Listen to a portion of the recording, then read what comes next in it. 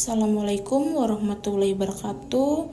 Perkenalkan, nama saya Salman Nabila Putri Salim, mahasiswa program studi manajemen Fakultas Ekonomi dan Bisnis. Di sini saya kelompok 4 ingin mempresentasikan hasil tugas saya.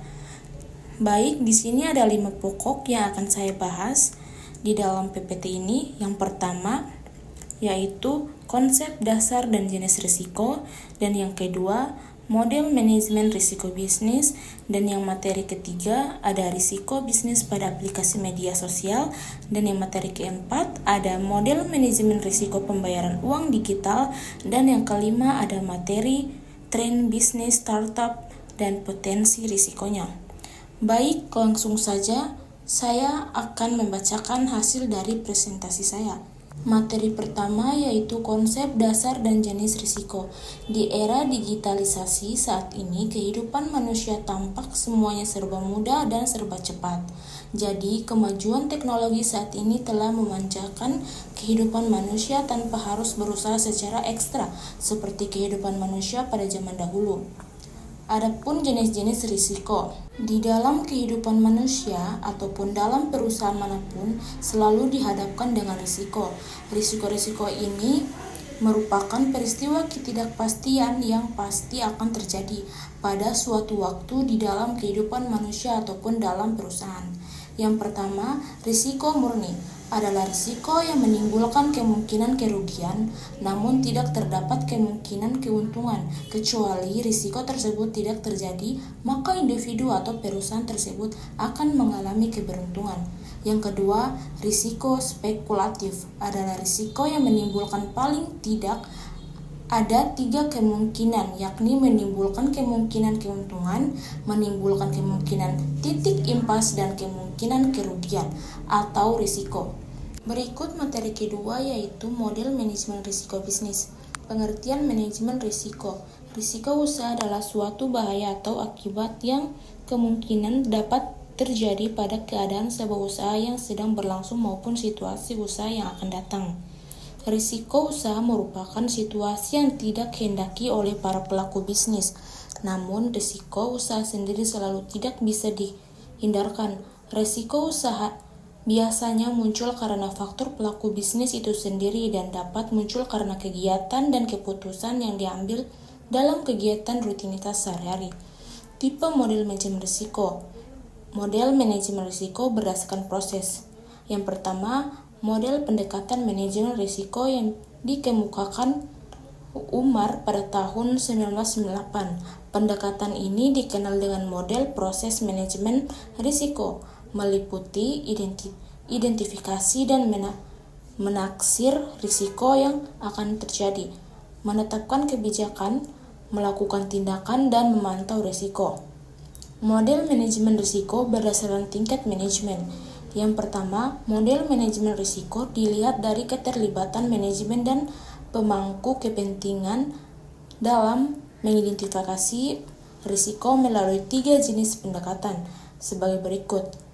Yang pertama ada top-down dan approach, dan yang B bottom-up approach, dan yang C mixed approach. Berikut tipe model manajemen risiko. Model framework manajemen risiko. Yang kedua, capability maturity model integration atau CMMI. Yang ketiga, model risk explore calculator.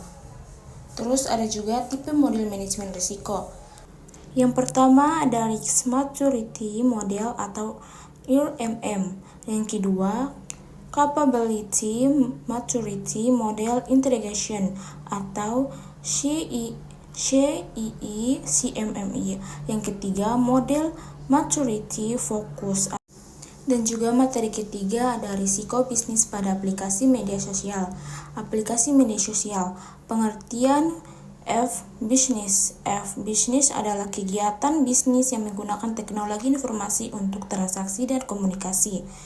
Jenis-jenis media sosial. Yang pertama, social networks, Facebook, Instagram, dan LinkedIn. Yang kedua, Discuss, Google, Talk, Skype. Yang ketiga, Share, ada YouTube, ada Flickr. Yang keempat, publish, ada blog, Wikipedia. Dan yang kelima, game dan virtual worlds, ada Pogo dan Habbo, aplikasi media sosial. E-commerce, proses jual beli secara digital menggunakan jaringan internet. Digital marketing, pemasaran produk atau jasa melalui media digital. Keuntungan yang pertama memperluas pasar, dan yang kedua biaya rendah, yang ketiga tidak ada batasan geografis, yang keempat memperoleh koneksi baru, dan yang kelima share YouTube atau Flickr, dan keenam publish blog, Wikipedia, dan yang ketujuh game dan virtual world. Berikut risiko bisnis pada aplikasi media sosial. Risiko dari sudut pandang produsen. 1. Persaingan ketat. Banyak bisnis yang menawarkan produk serupa. Yang kedua, kerugian dan penipuan risiko. Penipuan karena transaksi dilakukan tanpa pertemuan langsung. Dan yang ketiga, permintaan pasar yang berubah. Perubahan tren dapat mempengaruhi stok produk. Dan yang keempat, masalah pemasaran. Konten yang tidak menarik dapat merusak bisnis. Adapun risiko dari sudut pandang konsumen. Kepercayaan. Yang pertama, faktor kepercayaan mempengaruhi niat konsumen untuk bertransaksi.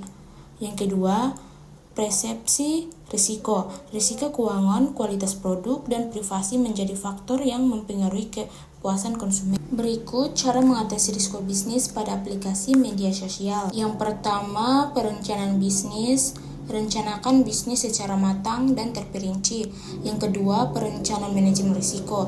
Tentukan prosedur mengatasi risiko bisnis. Yang ketiga, implementasi rencana.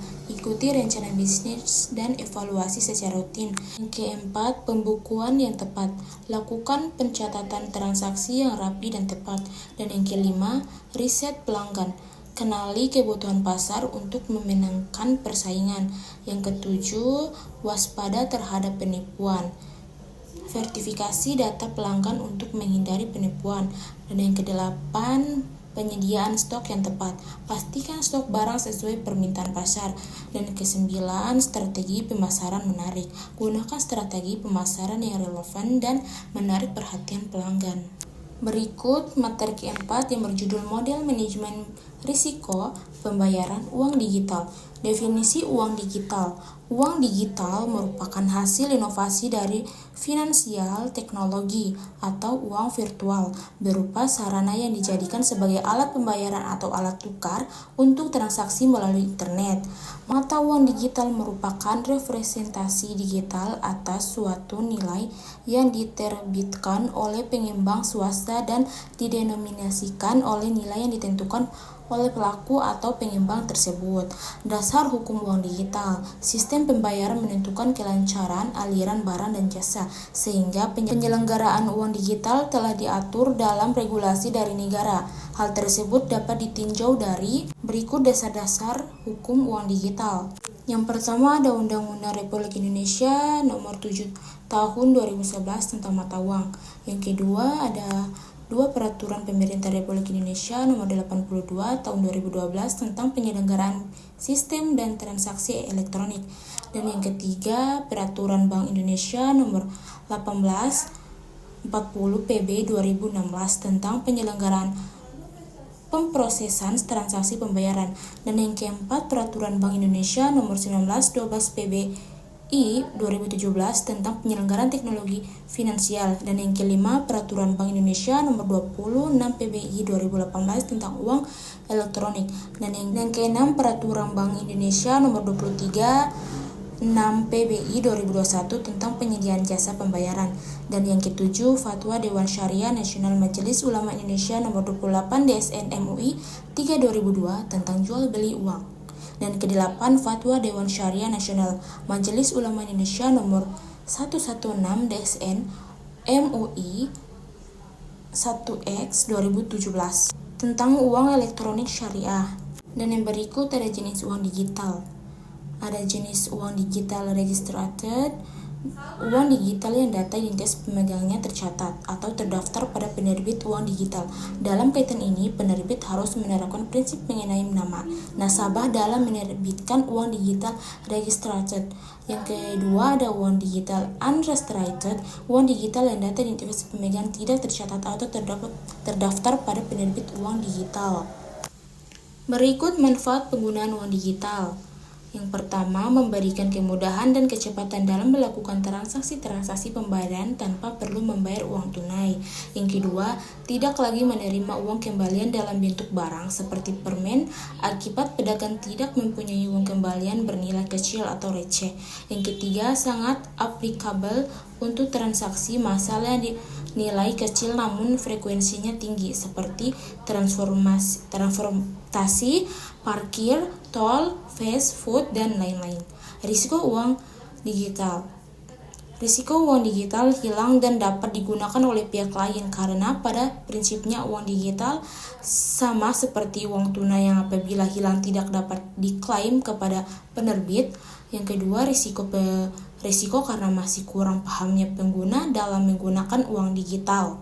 Berikut ada risiko uang digital. Berikut materi kelima, tren bisnis startup dan potensi risikonya. Definisi perusahaan startup. Secara bahasa, perusahaan rintisan atau startup didefinisikan sebagai suatu usaha yang berusaha jadi mulai operasionalnya. Dalam rumusan yang lebih akademis, Steve Blank, seorang pelaku bisnis startup dan pengajar di Stanford University dan Harvard University, mengidentifikasinya sebagai organisasi temporer yang berupa mencari model bisnis untuk dapat digunakan secara berulang-ulang dan dapat diukur. Startup juga didefinisikan sebagai perusahaan skala kecil, baru dan independen yang didirikan oleh beberapa individu, di mana mereka atau pendiri juga ikut bekerja di dalam perusahaan tersebut. Berdasarkan ketiga definisi tersebut, dapat dipahami bahwa perusahaan startup merupakan usaha bisnis yang baru didirikan oleh beberapa individu yang juga terlibat bekerja di dalamnya dan tidak terkait dengan institusi bisnis lainnya, untuk tujuan menciptakan produk atau jasa dengan model bisnis tertentu di lingkungan bisnis yang penuh ketidakpastian. Berikut juga ada ciri startup. Yang satu, memiliki karyawan minimal 50 orang dan maksimal 150 orang. Dan yang kedua, berusia kurang dari 10 tahun. Yang ketiga, bersifat independen. Dan yang keempat, berada di lingkungan geografis yang terbatas. Startup dan potensi kerugian. Kehadiran startup tidak dapat dilepas dari faktor adanya pertumbuhan market baru, akses kepada teknologi dan sumber permodalan pada umumnya.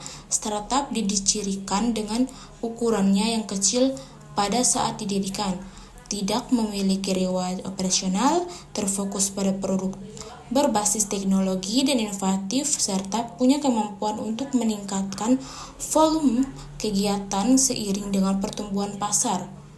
Akan tetapi, pesatnya pertumbuhan perusahaan startup mengalami tantangan besar akibat gejolak ekonomi. Lama atau dekade terakhir, gelombang pemutusan hubungan kerja atau PHK pun tidak pasti diapresiasi karena kuatnya tekanan ekonomi terhadap kelangsungan perusahaan rintisan. Beberapa perusahaan yang menempuh kebijakan PHK antara lain Genius, Lingaja, Secipat, Express, dan Goto. Adapun jumlah karyawan yang dihentikan Goto mencapai 1.300 orang. Berikut juga ada beberapa sumber masalah bisnis startup. Yang pertama, kesalahan dalam memahami adanya permintaan. Ini terjadi karena terjebak dengan respon yang bagus dari konsumen perdana produk mereka, yang kemudian ditindaklanjuti secara cepat. Yang kedua, butuh bantuan. Pada tahap ini, perusahaan rintisan membutuhkan bantuan baik suntikan dana dari pemodal ventura maupun top manajernya. Dari pemodal ventura yang dibutuhkan adalah suntikan dana agar karena diperlukan untuk mendapatkan konsumen. Yang ketiga, terjebak dan kecepatan.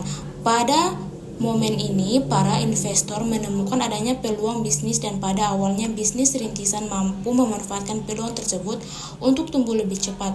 Hal ini kemudian mendorong para penyandang dana atau ventura untuk menginvestasikan dananya ke perusahaan rintitas dan meminta mereka secara ekspansi.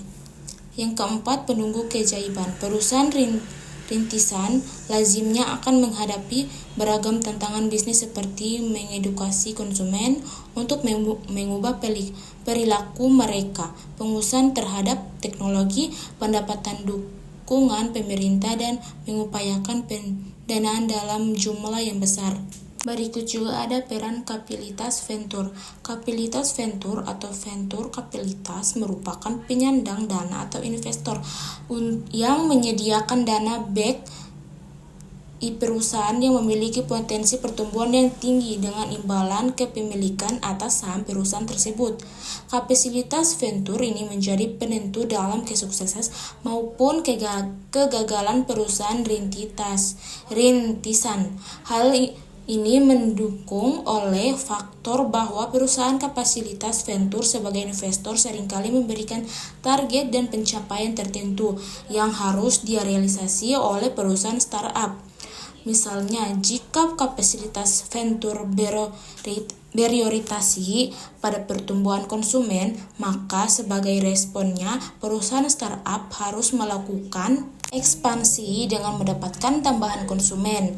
Dalam literatur perusahaan kapitalitas venture ini terbagi dalam 3 kategori. Yang pertama, sebagai pemberi dana atau financier.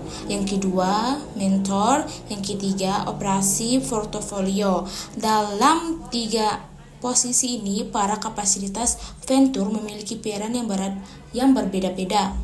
Baik, di sini saya akan memberikan kesimpulan dari materi yang sebelumnya saya sudah membacakannya atau mempresentasikannya, yaitu risiko bisnis atau risiko adalah potensi kerugian yang dapat berasal dari berbagai aspek seperti strategi, operasional, keuangan, dan keputusan. Yang kedua, manajemen risiko bisnis terdiri dari tahapan identifikasi, analisis, evaluasi, pengendalian, dan pemantauan risiko.